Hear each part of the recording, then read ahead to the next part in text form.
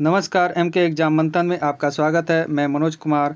आज हम लोग देखेंगे सुपर टेट के अंतर्गत कंप्यूटर एंड इंट्रोडक्शन यानी कंप्यूटर एक परिचय, इसके बारे में पढ़ेंगे, जिसका पार्ट 1 है, जिसे बहुत ही बेहतरीन तरीके से चित्रात्मक रूप में प्रस्तुत किया गया है।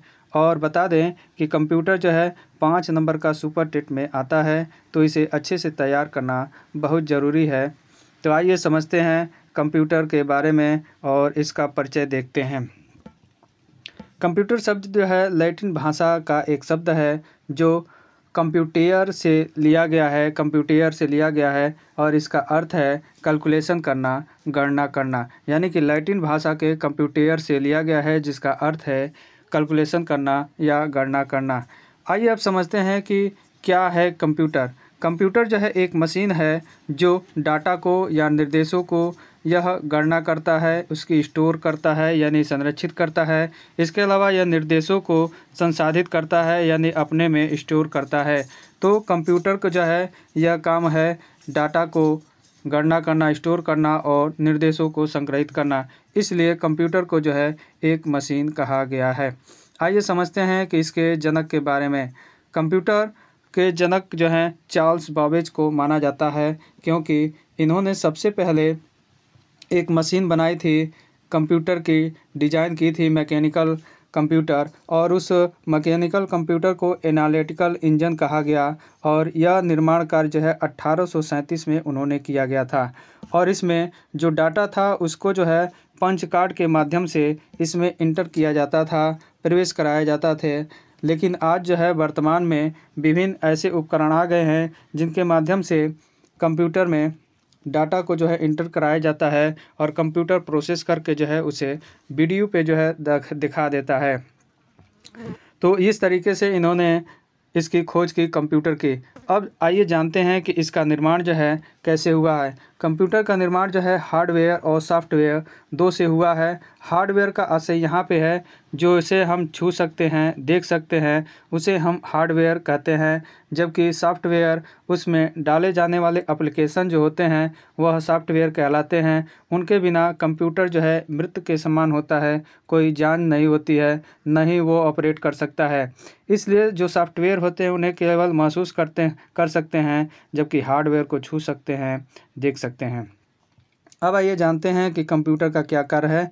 कंप्यूटर जो है यह डाटा को इनपुट करता है, यानी यह कीबोर्ड, माउस, स्कैनर आदि के द्वारा से डाटा को जो है इंटर किया जाता है कंप्यूटर में। और उसके अलावा डाटा को जो है प्रोसेसिंग किया जाता है, जिसे CPU कहा जाता है, सेंट्रल प्रोसेसिंग यूनिट। इसमें जो है डाटा जो है प्रोसेस किया जाता है, जो कीबोर्ड और माउस और स्कैनर के द्वारा इंटर किया जाता है डाटा, वह जो है डाटा प्रोसेस इसमें होता है। और जब डाटा प्रोसेस हो जाता है तो उसे दिखाने के लिए एक टीवी जैसी संरचना होती है, डिस्प्ले होता है, जिसे विजुअल डिस्प्ले यूनिट कहा जाता है। उस पर सारी प्रोसेसिंग या परिणाम या रिजल्ट जो है दिखाई देता है। तो इस तरीके से 3 स्तरों से जो है कंप्यूटर काम करता है। पहले डाटा इनपुट होता है, फिर जो है उसकी प्रोसेसिंग होती है, उसके पश्चात आउटपुट के रूप में जो है वो वीडियो पे दिखाया जाता है।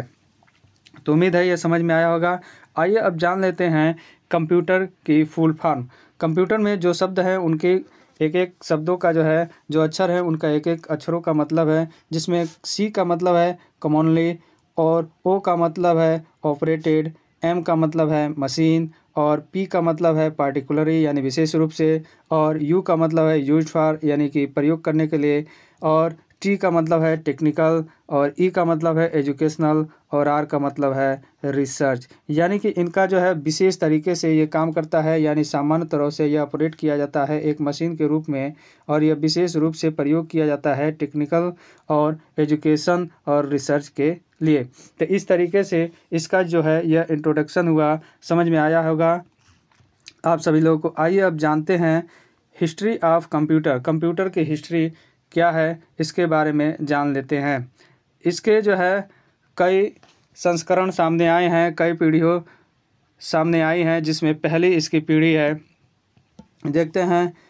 इसमें जो है फर्स्ट पीढ़ी जो है इसकी चलती है 1940 से 1956 के बीच में, जिसमें वैक्यूम ट्यूब का जो है इस्तेमाल किया जाता था कंप्यूटर में, जिसके कारण से बहुत ज़्यादा हीट जनरेट होती थी। और हीट जनरेट होने के कारण इसमें गर्मी या शक्ति जो है ज़्यादा लगती थी। इसमें जो मेमोरी के रूप में प्रयोग किया जाता था वह वैक्यूम ट्यूब को सर्कुलेटरी और मैग्नेटिक ड्रम के रूप में प्रयोग होता था। इसका साइज बड़ा होता था और इसमें पावर अधिक लगती थी, जिसके कारण से इसमें हीट उत्पन्न होता था और यह जो है मेल फंक्शन के रूप में जाना जाता था, यानी ये ठीक से काम नहीं करता था। इसमें लैंग्वेज जो है, भाषा जो है इसमें प्रयोग की गई है यूनिवेक भाषा और इनवेक कंप्यूटर्स भाषा जो है इसमें प्रयोग की जाती थी, जिसके माध्यम से कंप्यूटर वह समझता था और उस भाषा को समझकर गणना करके वह डिस्प्ले करता था। तो पहले जनरेशन में हम देखते हैं मुख्य रूप से वैक्यूम ट्यूब का इस्तेमाल किया गया था। अब आइए देखते हैं सेकेंड जनरेशन, कंप्यूटर की सेकेंड जनरेशन में किस चीज़ का प्रयोग किया गया। इसमें देखें सेकेंड जनरेशन या द्वितीय पीढ़ी के कंप्यूटर 1956 से 1963 जो है बनाए गए। इसमें ट्रांसमीटर्स का जो है प्रयोग किया गया। यह जो है कम हीट उत्पन्न करते हैं, जनरेट करते हैं और यह ट्रांसमीटर की यह खासियत थी, यह छोटे थे और फास्ट तेज़ काम करने वाले थे। सस्ते यानी कम खर्च में इनका उपयोग किया जा सकता था, बनाया जा सकता था और ये एनर्जी एफिशिएंट वाले थे, यानी कम एनर्जी जो है ग्रहण करते थे। और इनमें जो भाषा का प्रयोग हुआ इस सेकंड जनरेशन के कंप्यूटरों में, वो कोबोल और फोर्ट्रॉन का प्रयोग किया गया, जो उच्च स्तर की भाषाएं थी। इस तरीके से हम देखें ट्रांसमीटर का प्रयोग जो है सेकंड पीढ़ी में ये कीवर्ड है और फर्स्ट में जो है वैक्यूम ट्यूब का प्रयोग किया गया था।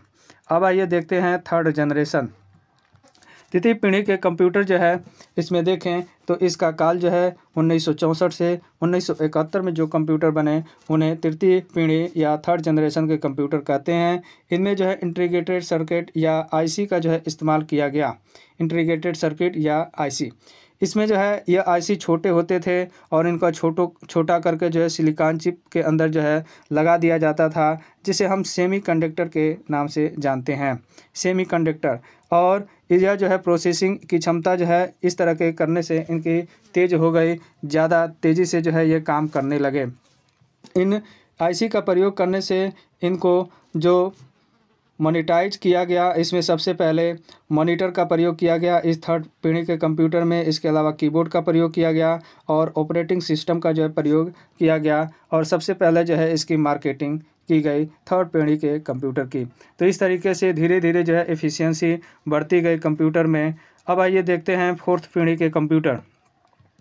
चतुर्थ पीढ़ी या फोर्थ पीढ़ी के कंप्यूटर जो है 1971 से 1985 तक जो है जो निर्मित किए गए वो चतुर्थ पीढ़ी या फोर्थ पीढ़ी के कंप्यूटर कहलाए। इसमें जो है माइक्रो प्रोसेसर का जो है इस्तेमाल किया जाने लगा, जिसके कारण से हज़ारों आईसी को जो है एक ही चिप में जो है एम्बेड किया गया, यानी कि लगा दिया गया, जिसके कारण से कम जगह में ज़्यादा जो है प्रोसेसिंग क्षमता वाले कंप्यूटरों का निर्माण जो है होने लगा। इनका आकार अब छोटा होने लगा और इनकी एफिशिएंसी यानी कार्य करने की क्षमता जो है बढ़ गई और यह कम समय में बड़ी गणनाओं को जो है आसानी से करने लगे, यानी कि चतुर्थ पीढ़ी में जो है माइक्रो प्रोसेसर का प्रयोग किया जाने लगा।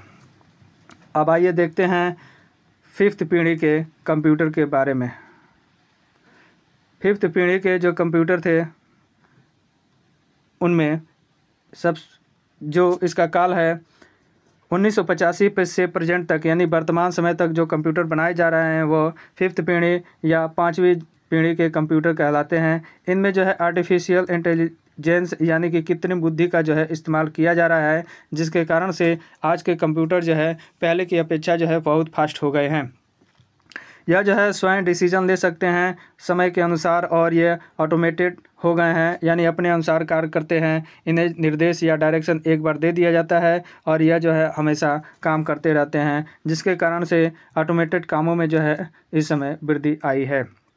इस तरीके से हम देखें कंप्यूटर का पूरा इतिहास, तो प्रथम पीढ़ी में जो है वैक्यूम ट्यूब का इस्तेमाल किया गया, लेकिन ये जो कंप्यूटर बनते थे इनके कारण बड़े होते थे आकार में और यह ज़्यादा हीट जनरेट करते थे, जिसके कारण से मेल फंक्शन हो जाता था, यानी ठीक से ये कार्य नहीं करते थे। इनमें यूनिवेक और यूनिक कंप्यूटर्स भाषा का प्रयोग किया गया। सेकेंड पीढ़ी के जनरेशन में जो है ट्रांसमीटर का प्रयोग किया गया और यह जो है कम हीट उत्पन्न करते थे और इसमें कोबोल और फोर्ट्रैन भाषा का प्रयोग किया गया। वहीं थर्ड पीढ़ी में हम देखें तो इसमें इंटीग्रेटेड सर्किट या आईसी का जो इस्तेमाल किया जाने लगा और ये कंप्यूटर जो है और छोटे होते गए और इनमें सबसे पहली बार जो है मॉनिटर्स, कीबोर्ड और ऑपरेटिंग सिस्टम का जो है प्रयोग किया गया और इसे मार्केट में पहली बार उतारा गया सेल करने के लिए। अब आइए देखते हैं चतुर्थ पीढ़ी के, इसमें दोहरा देते हैं। चतुर्थ पीढ़ी के कंप्यूटर में जो है प्रोसेसर का जो है इस्तेमाल किया गया, माइक्रो प्रोसेसर का, जिसके कारण से ये कंप्यूटर जो है और फास्ट हो गए। और पाँचवीं पीढ़ी में जो है इस समय आर्टिफिशियल इंटेलिजेंस पे जो है काम किया जा रहा है, जिसके कारण से आज के कंप्यूटर और फास्ट यानी तेज़ हो गए हैं, जिसके कारण से ऑटोमेटेड सिस्टम में जो है ज़्यादा विकास हुआ है। इस तरीके से उम्मीद है यह समझ में आया होगा। कंप्यूटर का जो इंट्रोडक्शन या बताने की कोशिश की गई है चित्रात्मक रूप में, आपको अच्छा लगा होगा तो मेरे वीडियो को लाइक कर दीजिए, शेयर कर दीजिए, मेरे चैनल को सब्सक्राइब कर दीजिए। नमस्कार।